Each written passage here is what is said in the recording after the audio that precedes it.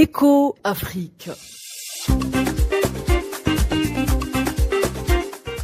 26 minutes d'économie africaine en particulier.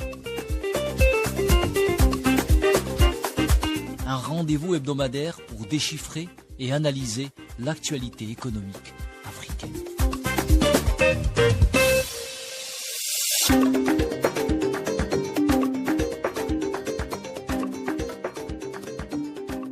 Bonjour à toutes et à tous et bienvenue dans votre émission économique hebdomadaire Éco-Afrique sur Ifriqiya FM. Aujourd'hui, nous mettrons en lumière un sujet qui illustre parfaitement les dynamiques économiques africaines actuelles, les relations économiques entre l'Algérie et l'Afrique du Sud. Cette thématique prend une importance particulière à l'occasion de la visite officielle du président sud-africain Cyril Ramaphosa à Alger, accompagné d'une forte délégation, certes politique, mais aussi économique. Lors de cette rencontre, les deux pays ont réaffirmé leur volonté de renforcer leur partenariat stratégique en signant plusieurs accords et mémorandums d'entente. Ce rapprochement s'inscrit également dans le cadre de la zone de libre-échange continentale africaine, la ZLECA. Vous allez voir, c'est une initiative qui pourrait redéfinir les échanges intra-africains et offrir de nouvelles opportunités d'investissement. Pour analyser ces enjeux, nous recevons aujourd'hui deux invités. Le premier, un expert international en économie et spécialiste en économie africaine, Abdelmalek Serraï est avec nous. Bonjour Abdelmalek Serraï. Bonjour, salam alaikum. Bonjour. Et nous avons aussi avec nous un spécialiste aussi en politique africaine, Paul Amegakpo. Bonjour à vous, Paul Amegakpo. Bonjour à vous. Bonjour, content aussi de vous avoir sur ce plateau d'Éco-Afrique et notre consultant à Ifriqiya FM et consultant à Éco-Afrique, Mahfoud Kaoubi, analyste en économie. Bonjour à vous, Mahfoud Kaoubi. Bonjour. Bonjour. Alors ensemble, nous allons tenter d'explorer les perspectives offertes par ce partenariat et ses impacts potentiels sur le développement économique des deux pays et du continent africain. Alors, on commence avec quoi? On commence justement avec les enjeux et avec vous, Abdelmalek Serraï, vous avez suivi de très près cette visite de 3 jours, une visite du président sud-africain Cyril Ramaphosa, accompagné, je le disais, d'une forte délégation économique. Quels sont les enjeux de cette visite en Algérie? La relation entre l'Algérie et l'Afrique du Sud, c'est une relation d'abord, elle est historique, de qualité. Elle est très sensible par rapport aux différentes dispositions que les deux pays ont pris ou prennent toujours dans le contexte panafricain. Et le fait que ces deux pays sont parmi les leaderships en Afrique, en ajoutant un peu l'Égypte, l'Angola à cause des moyens donc économiques très importants et la République démocratique du Congo, auquel il faut ajouter bien sûr la grande Éthiopie, ce pays de grande culture, d'une histoire millénaire. Donc la relation, elle est très spéciale entre les deux pays. Maintenant, les enjeux entre les deux pays, d'abord, sont des enjeux stratégiques de sécurité panafricaine. Pourquoi? Parce que les deux pays ont une histoire récente. Quand je dis récente, c'est 50-100 ans de libération des territoires, de libération de l'homme africain et de militantisme panafricain. Et ceci a permis, en tout cas, à tous les pays de l'environnement africain de se libérer davantage grâce à ces deux pays-là, grâce à la position de l'Algérie, la révolution algérienne, le Front de libération nationale, et grâce aussi à tout ce qui a été fait dans le cadre de la lutte contre l'apartheid. Maintenant, l'aspect relationnel, il y a d'abord l'aspect militaire, de mon point de vue, stratégique entre l'Afrique du Sud et l'Algérie. Les deux sont en train de développer une production de l'armement militaire pour se défendre, pour défendre leur grand territoire.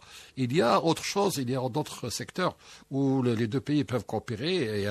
Il y a bien sûr le secteur de l'industrie automobile, il y a le secteur des mines, c'est très très important. Il y a la télécommunication, où on peut faire beaucoup de choses, la recherche scientifique. Donc les domaines techniques sont nombreux, pourvu que on sort un peu de l'atelier politique, mais on va vers l'économique, vers le technique, vers le scientifique, vers la recherche. Je me tourne vers vous, Mahfoud Kaoubi, justement, pour parler de ces enjeux, encore une fois, quels sont selon vous les principaux enjeux économiques qui expliquent le rapprochement entre l'Algérie et l'Afrique du Sud à ce moment précis? Tout ce qui explique la situation, c'est la conjoncture justement actuelle, un monde en pleine reconfiguration et où la crise est le dénominateur commun entre les différentes zones de développement. Donc le monde économique est en crise actuellement et cela coïncide avec une redéfinition des rapports géostratégiques, géoéconomiques dans le monde. Ouais. Et de par leur position, donc aussi bien économique que politique, de par la vision qui est pratiquement commune dans plein de questions primordiales, l'Algérie et l'Afrique du Sud ont ce devoir justement de se rapprocher encore plus et de constituer le fondement d'un pôle qui devrait naître pour défendre l'Afrique dans l'avenir. Sinon, l'Afrique sera encore une fois la proie des différents grands pays ou des différents grands groupements qui vont faire de l'Afrique encore une fois une source d'intrants et un lieu de commercialisation de produits finis.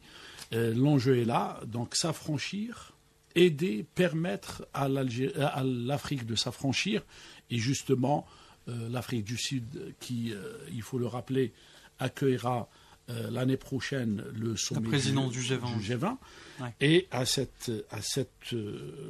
devoir de militer et de porter la voix des Africains plus haut, le formuler autrement par un rapprochement qui doit se faire entre les plus grandes nations du continent qui devraient se constituer en locomotive qui permettra à l'Afrique d'avancer, d'homogénéiser sa vision et de plaider, encore une fois, la cause africaine qui reste le maillon faible de la répartition du développement dans le monde, dans la mesure où sur les 54 pays africains, 34 ont de sérieux problèmes de remboursement de leurs dettes et que l'Afrique est leader dans tous les classements, malheureusement, qui font du développement humain leader, je dirais, par rapport à un classement défavorable.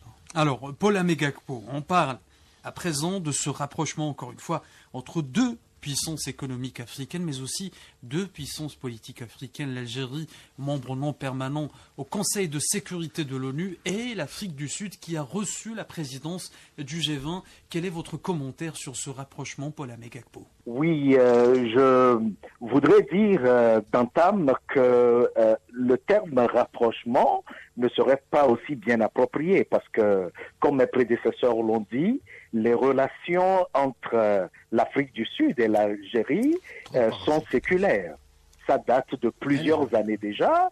C'est plutôt une consolidation des acquis en termes de diplomatie, mais également de relations économiques avec de nouvelles perspectives qui s'inscrivent dans la reconfiguration globale du monde d'aujourd'hui. En Afrique, l'Algérie et l'Afrique du Sud constituent des puissances sur lesquelles le continent pourrait compter pour imposer sa vision d'une économie mondiale beaucoup plus équilibrée avec des règles de jeu qui soient beaucoup plus justes.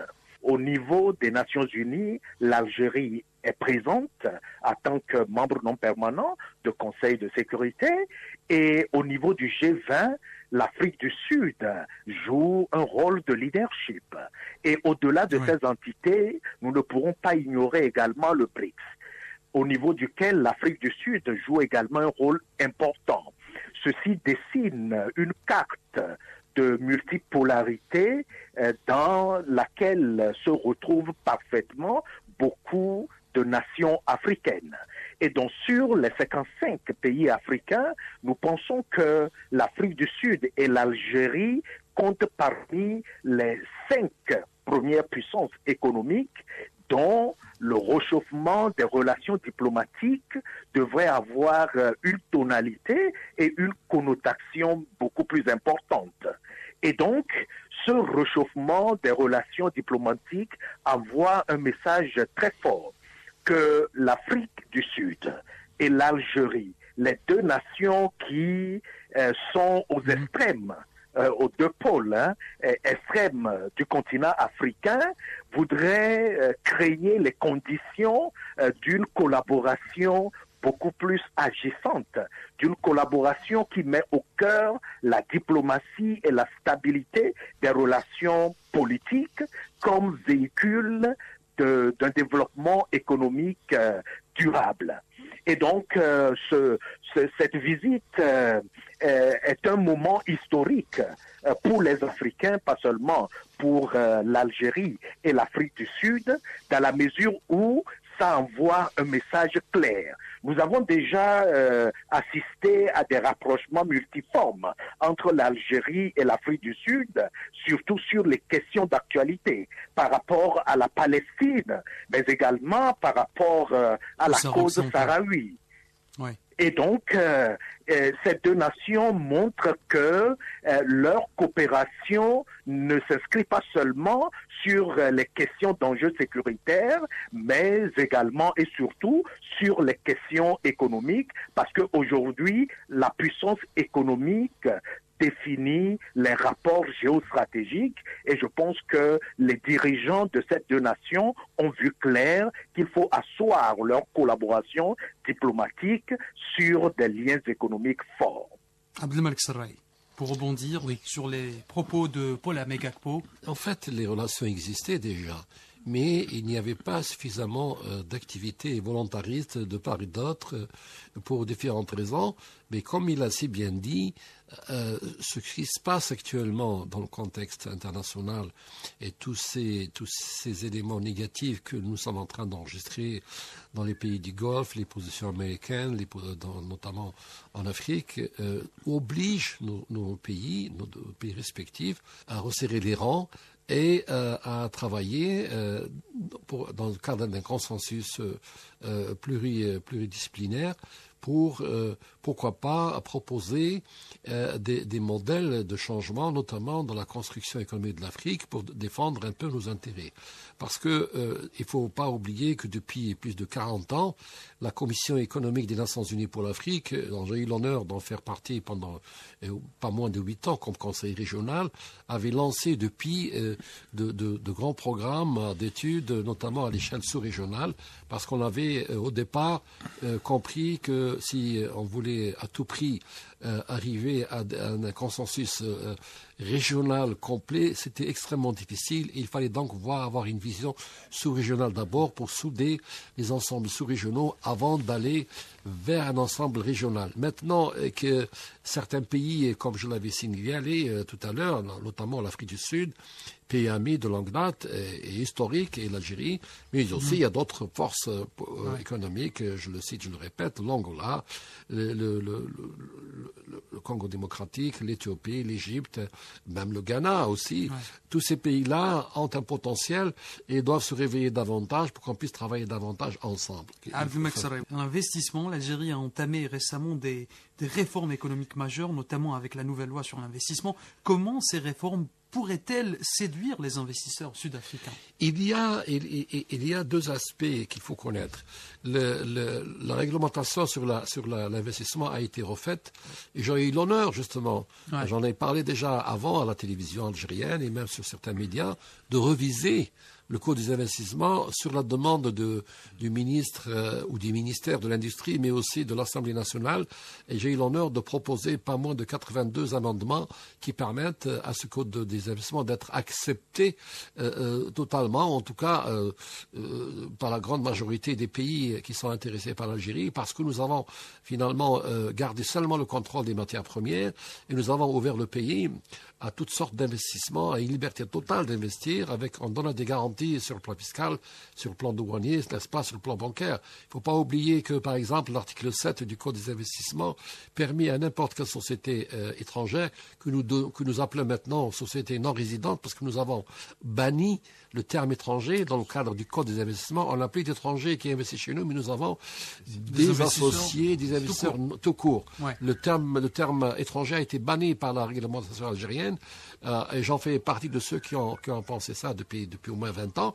Et donc, si nos amis sud-africains comprennent très bien ce Code des investissements et tous les avantages, je pense qu'il y aura pas mal de sociétés sud-africaines qui vont vouloir s'installer en Algérie et elles sont les bienvenues.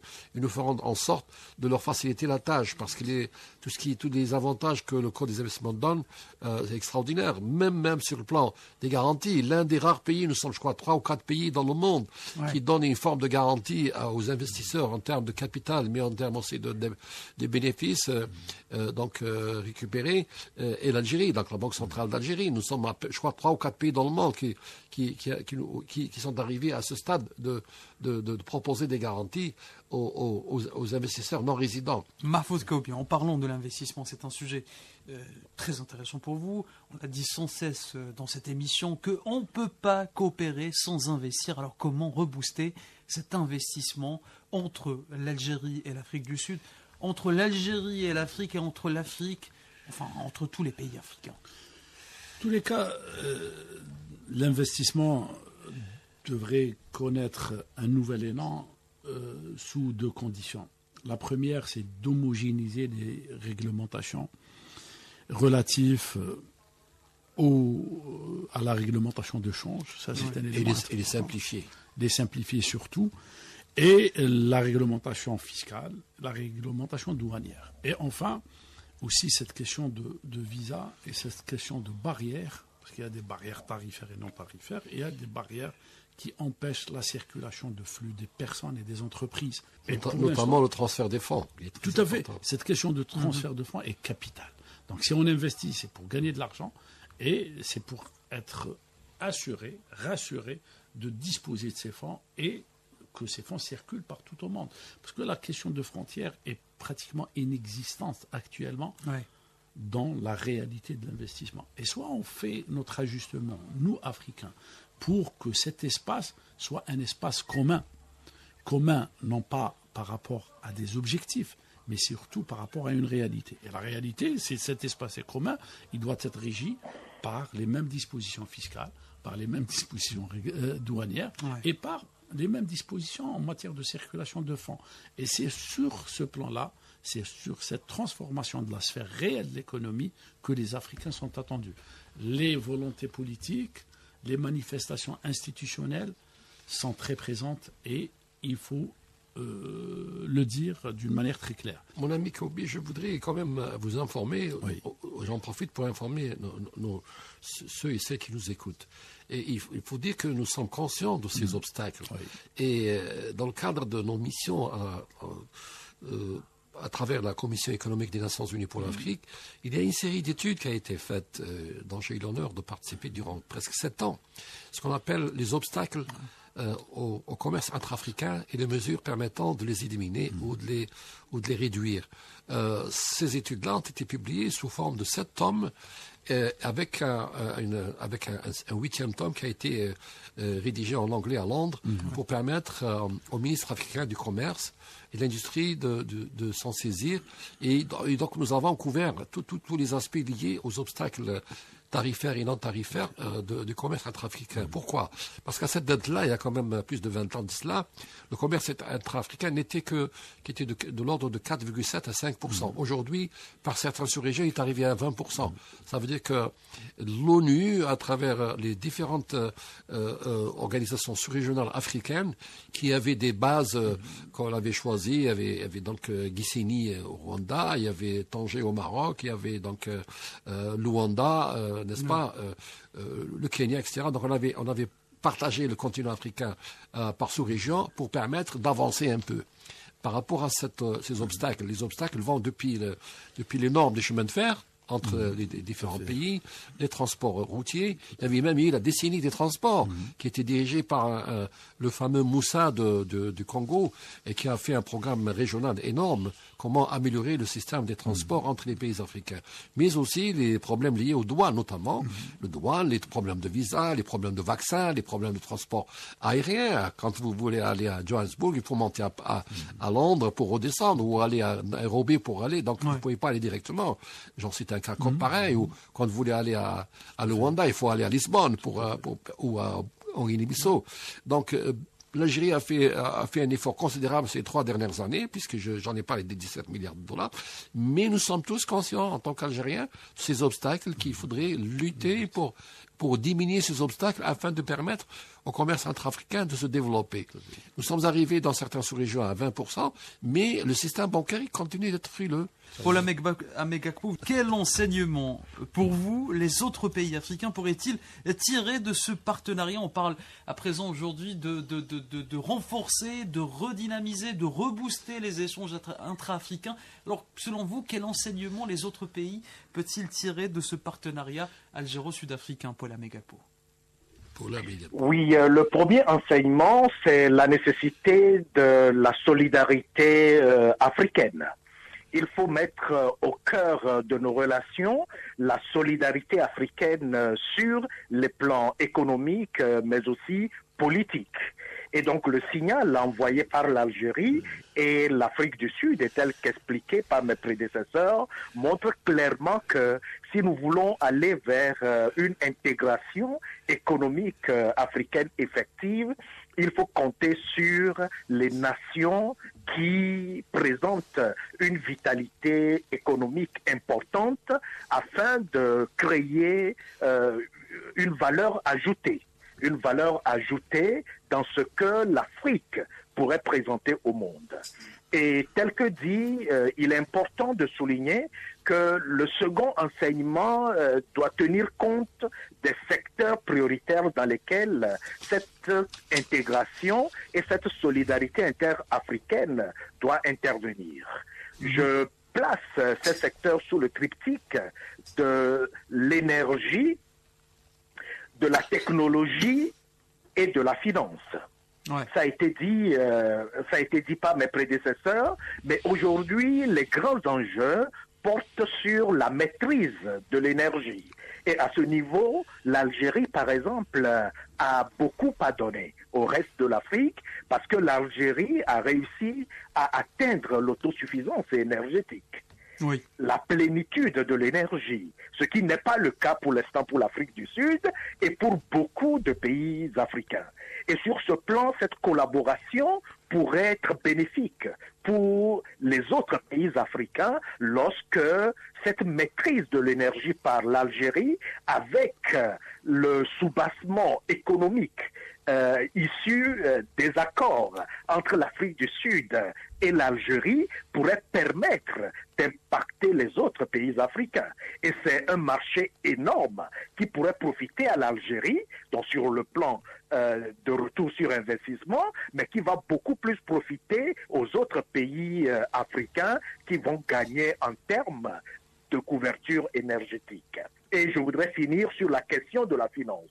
Il est important que l'Algérie et l'Afrique du Sud, avec leur position économique forte, envoient un message au reste des pays africains en développant des circuits bancaires et des circuits de circulation du flux financier intra-africain pour faire en sorte que la finance soit disponible pour alimenter les petites et moyennes entreprises, pour faire en sorte qu'il y ait également des pôles de production des biens et des services en Afrique grâce à l'élan que prennent les coopérations entre l'Afrique du Sud et l'Algérie. Quel est le rôle, selon vous, des organisations africaines telles que l'Union africaine ou la Banque africaine de développement?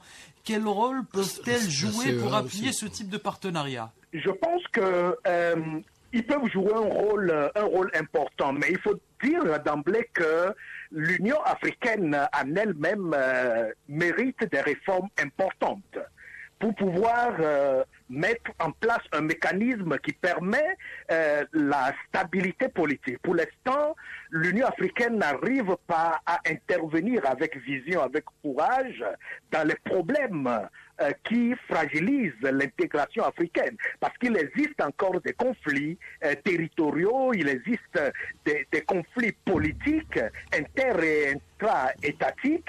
Il est donc important que l'Union africaine fasse des réformes suffisantes pour rassurer l'ensemble des 55 nations que l'Union africaine est l'institution qui pourrait intégrer toutes les aspirations des peuples africains. Oui, merci Paul Amegakpo pour cet éclairage. Abdelmalek Serraj, peut-être pour rebondir rapidement et brièvement sur les propos de notre ami Paul Amegakpo, spécialiste en diplomatie africaine. Oui, il a raison de dire que l'Union africaine ne peut pas faire grand-chose actuellement. C'est parce qu'elle est beaucoup plus politique.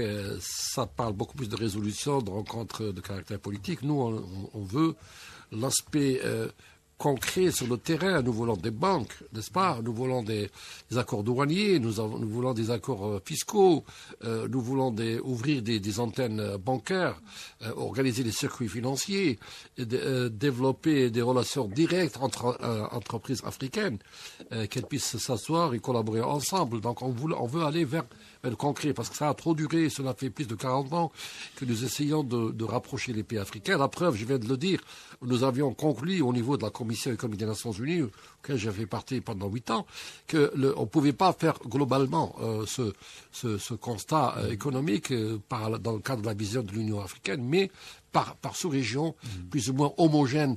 Et maintenant, on dépasse la sous-région homogène et on va vers le bilatéralisme homogène, tel que c'est le cas de l'Afrique du Sud avec l'Algérie. Donc, si on commence par des entités aussi solides que l'Algérie et l'Afrique du Sud, on va graduellement donc développer cette option bilatérale qui va s'incruster dans des sous-régions et développer graduellement.